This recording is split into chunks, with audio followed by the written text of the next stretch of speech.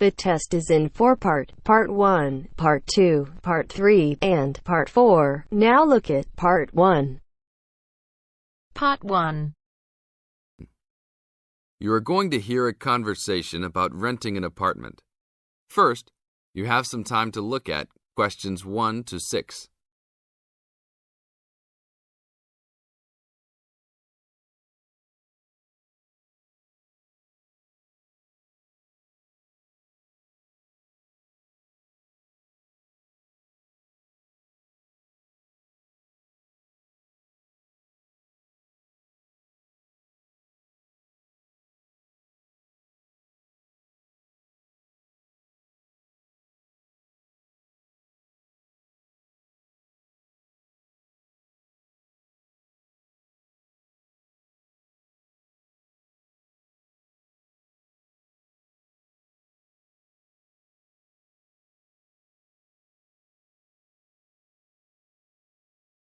Now listen to the tape and answer questions 1 to 6.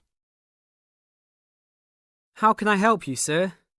Hi, I'm interested in renting an apartment in your building. Can you show me around inside? Sure, my pleasure. Do you know what kind of apartment you're looking for? I'm thinking of something for my best friend and I.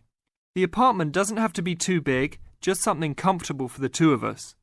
I'm looking for a kitchen, 2 bedrooms and a bathroom, just something simple. Okay, well, let me show you what we have to offer. We divide our apartments into 3 categories. There are standard apartments, upgraded standard apartments, and luxury apartments. Please follow me. This apartment just went up for rent yesterday. The old tenants moved into a larger one. This apartment is what I call the standard apartment. It's small, but has everything you need. The kitchen comes with a refrigerator, an oven, and a stove. There is 1 bathroom with a shower, but no bathtub. The rooms are a good size, and both have their own closets. The living room has enough space for a couch. We will provide a television for you. These apartments are very popular with students because they are affordable and practical. Right now, we are renting these out for only $1,000 a month. I think this is a little bit on the small side. There's no space for a dining table or even for an extra desk. We will both need room to study. If there are guests over, we hope to be able to have a dining table big enough for at least 4 people. Do you have anything slightly larger? Maybe just an apartment with a bigger living room? Well, let's take a look. Right now, we also have an opening for a luxury apartment. This apartment is larger. It has 3 bedrooms, and all 3 are larger than the last one. And there are 2 bathrooms, and all have bathtubs. The kitchen is also larger, and come with an additional dishwasher and freezer. The living space has plenty of space for a dining room. How much is the rent on these apartments? These are more expensive, usually in the $2,500 range. Don't forget that there is an additional bedroom, so you could find another roommate to lower the cost. I think that's a little bit on the expensive side. We don't really have the time to find another roommate, so it's probably better to stick with the 2-bedroom places. Is there anything between these 2? Come with me. I can show you this apartment right now. But there are people living in it. There are no more of these kinds of apartments available at this moment. But if you decide that you like it, I can put you on the waiting list. And as soon as we have openings, you will be contacted. Sure, let's take a look. This is the upgraded standard apartment. As you can see, it's larger than the other 2-bedroom apartment. There are 2 bedrooms and 2 bathrooms, 1 in each room. The living room comes with a television, but no furniture. The kitchen is around the same size as the other smaller apartment. The basic difference is the additional bathroom and larger living room. These rent for around $1,400. Now look at questions 7 to 10.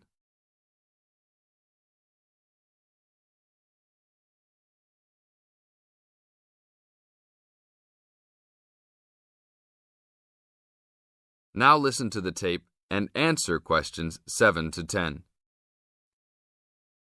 Seems like a good deal. Do you know when an apartment like this will be available? That's hard to say. I know these people who live here right now should be graduating soon, so they might be moving out. Well, I guess I'll put my name on the waiting list. Hopefully there'll be an opening as soon as possible. That sounds like a good plan. I will notify you as soon as we have vacancies. You will have to leave us some information and a student identification number. Sure, no problem. My full name is Robert Jack Browning. Could I have your age, please? I'm 38. Your major? I'm studying biology. How about naming some of your hobbies?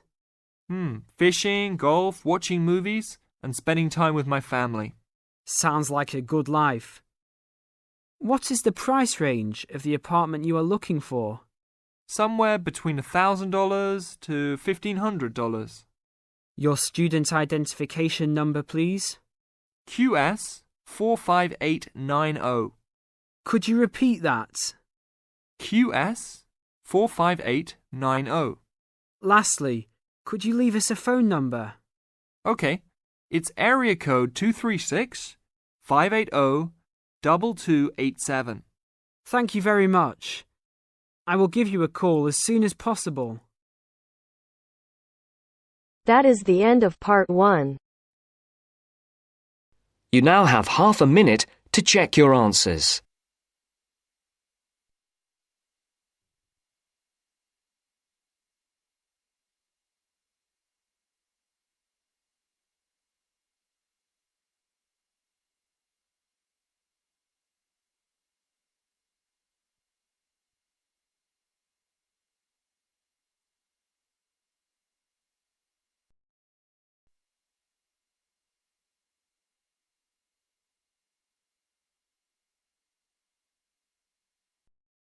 Now turns to part 2.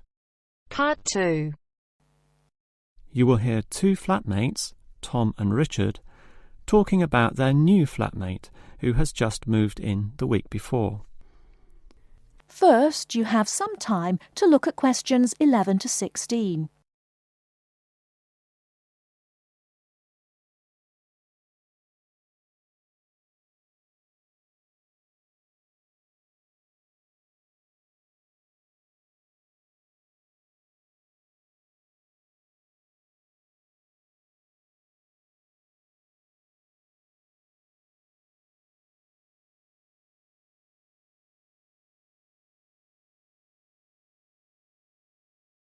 Now, listen carefully and answer questions 11 to 16.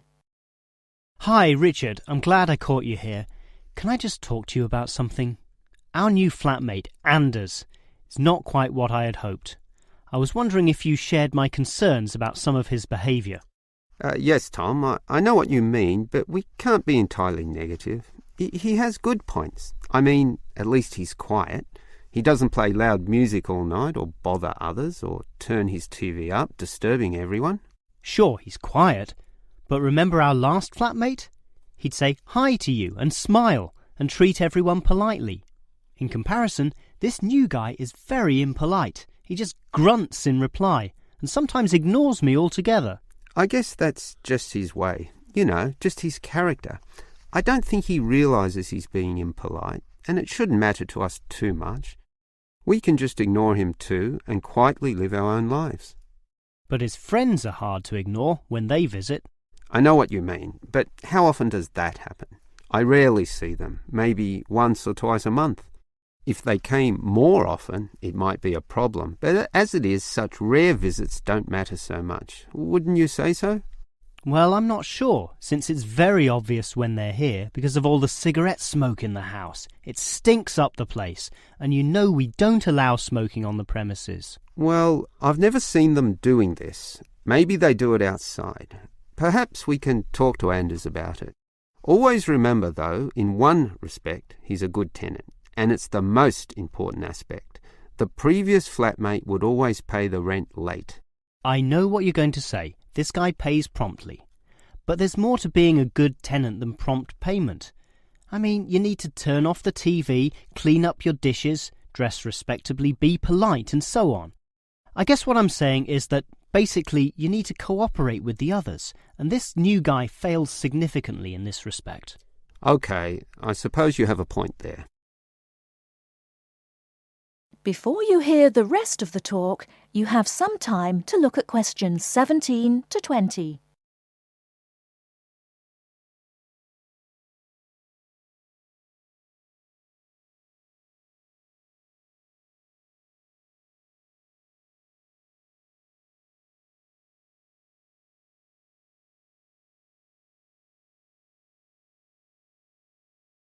Now listen and answer questions 17 to 20.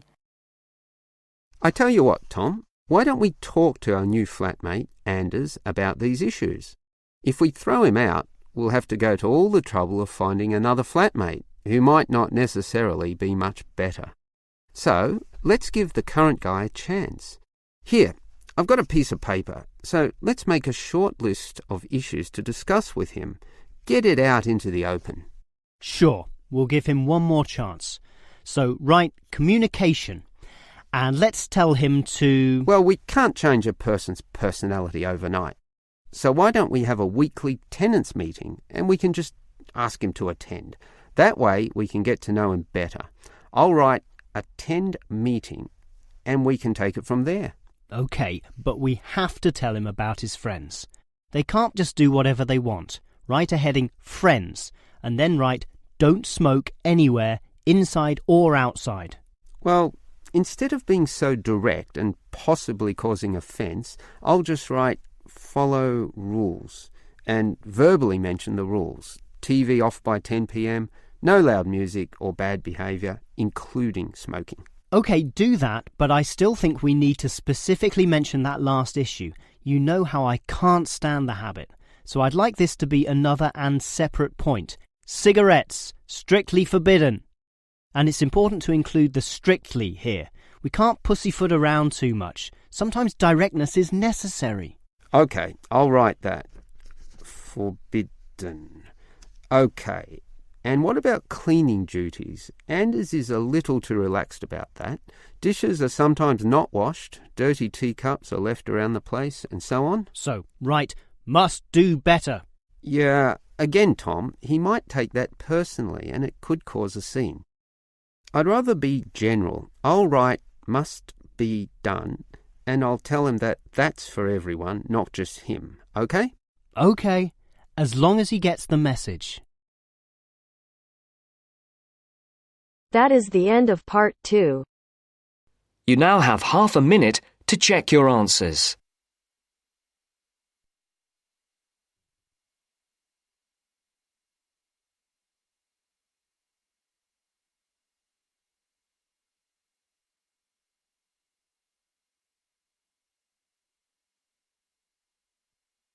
Now turns to part 3. Part 3. You will hear part of a radio program about do-it-yourself house painting. First, you have some time to look at questions 21 to 24.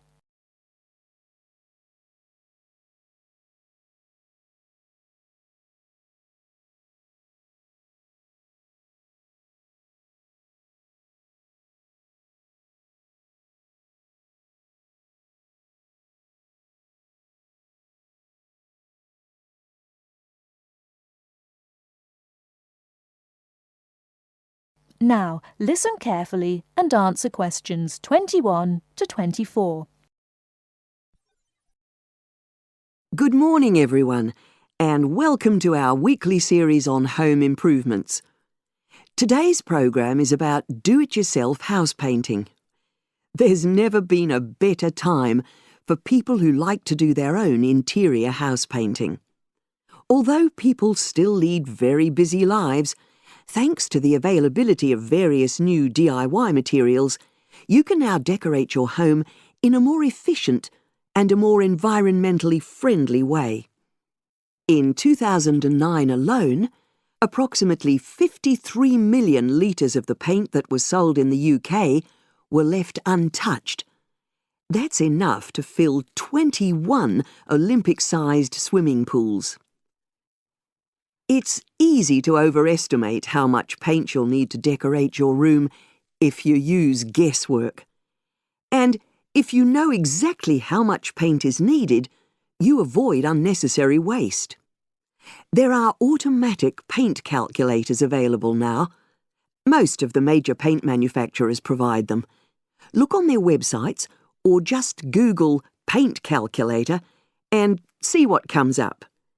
Then simply measure the circumference and height of the room in metres. Enter this into the calculator along with the type of surface you're painting, and it will tell you how many litres of paint you'll need. But if you do end up with leftover paint, you can donate it to an organisation like Community Repaint. They will take the paint from you and redistribute it to local charities and voluntary organisations, so it goes to a good home. You can find more information about Community Repaint on communityrepaint, all one word, .org.uk.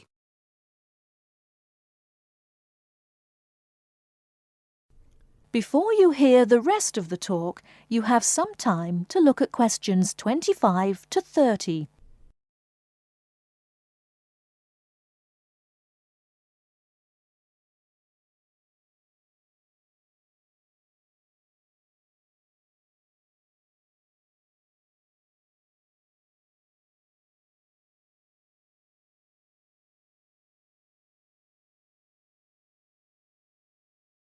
Now listen and answer questions 25 to 30.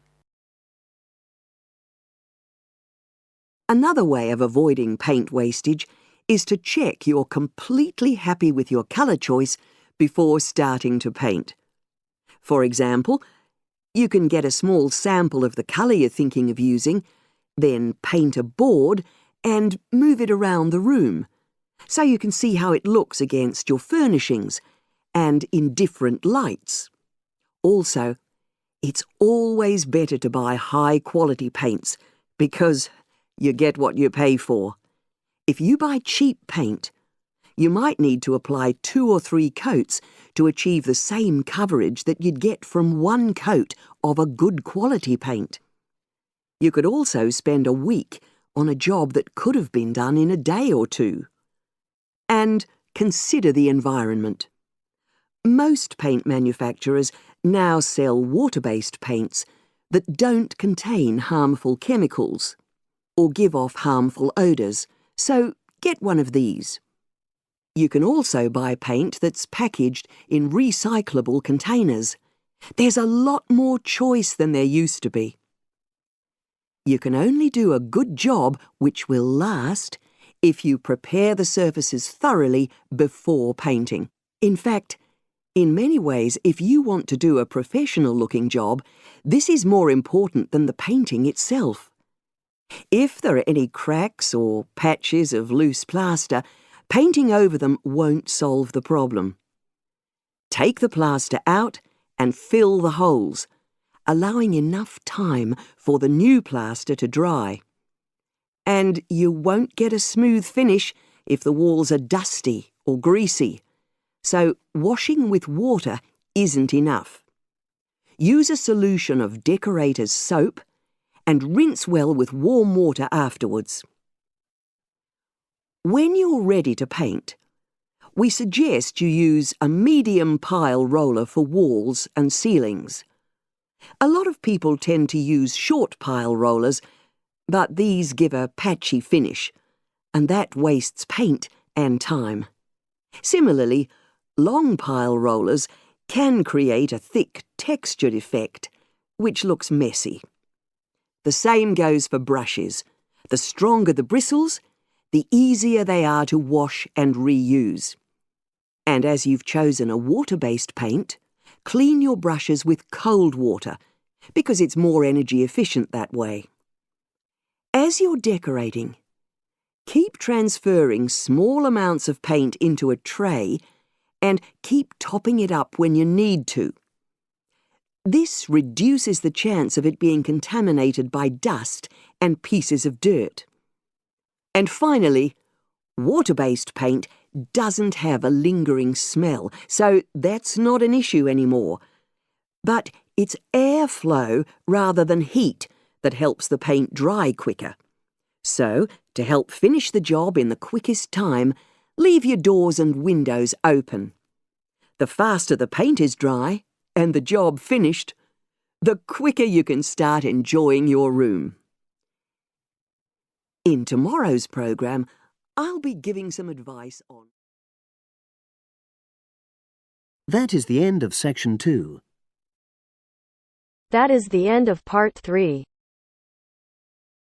You now have half a minute to check your answers.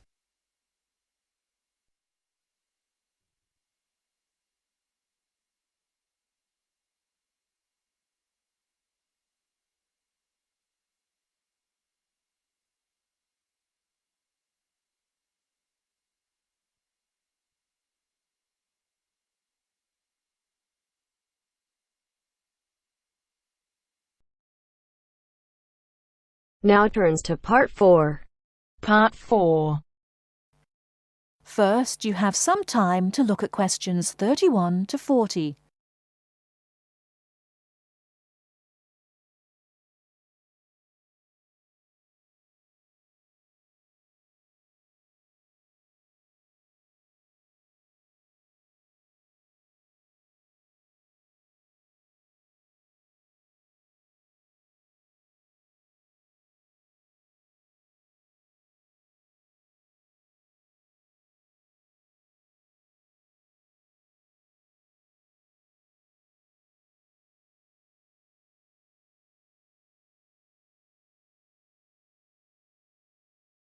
Now, listen carefully and answer questions 31 to 40.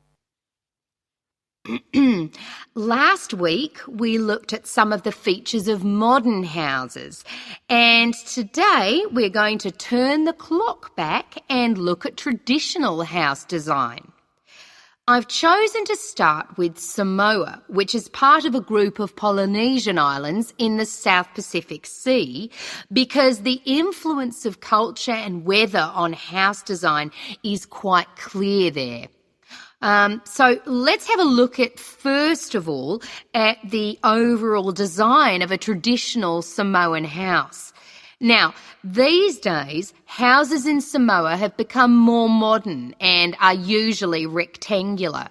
But traditional designs were round, or sometimes they were oval in shape. Here's a picture. This traditional style is still used, often for guest houses or meeting houses, and most Samoan villages have at least one of these buildings. As you can see, there are no walls, so the air circulates freely around the house. Samoa is a place that experiences high temperatures, but the open design of the house also reflects the openness of Samoan society. If the occupants want shelter, there are several blinds made of coconut leaves that can be lowered during rainy or windy weather. Or indeed, the blinds can also be pulled down if people want some privacy. The foundations of the house, that's the part beneath the floor, are raised slightly. In the past, the height was linked to the importance of the occupants, which we'll talk about another time. However, the floor of the house was usually covered with river stones. Today, we have a range of methods for balancing the temperature inside a building, but the stones on the floor of a Samoan home are ideal for cooling the building on hot days. Now, let's have a close look at the roof. This, as you can see in the picture, is dome-shaped and traditionally thatched or covered with leaves from the sugarcane. That's an established crop in Samoa. This was a job for the women, and it involved twisting the leaves and then fastening them with a thin strip of coconut leaf before fixing them to the roof in several layers. Now, the shape of the roof is important. you can see that the sides are quite steep, and that's done so that the rain falls straight to the ground without moisture going through the leaves and causing leaks or dampness inside the house. Then you'll notice how high the top of the roof is. This is a way of allowing heat to rise on sunny days and go through the thatching, thereby cooling the house. So, how does the house stay upright? Well, there are a number of evenly spaced posts inside. They encircle the interior of the building and go up to the roof and support the beams there. They're also buried, usually about 1.5 meters in the ground to keep them firm. These posts are produced using local timber from the surrounding forests. They're cut by men from the family or village, and the number varies depending on the size and importance of the house. Now, these posts were a very significant part of Samoan culture and did much more than hold up the roof. When there were meetings, people sat with their back to certain posts, depending on their status in society. So there were posts for chiefs, according to their status, and posts for speakers, and so on. And ordinary people sat around the side on mats. The last area I want to look at today is the attachment of the beams and posts, what you call fixing the construction. Traditionally, no nails or screws were used anywhere in such a building. Instead, coconut fibres were braided into rope to fix the beams and posts together. The old people of the village usually made and plaited the rope. This was a lengthy process. An ordinary house used about 40,000 feet of this rope. And as you can see in this picture, the rope was pulled very tightly and wound round the beams and posts in a complex pattern. And in fact, the process of tying it to the beams so that it was tight and strong enough to keep them together is one of the great architectural achievements of Polynesia. That is the end of part 4. You now have half a minute to check your answers.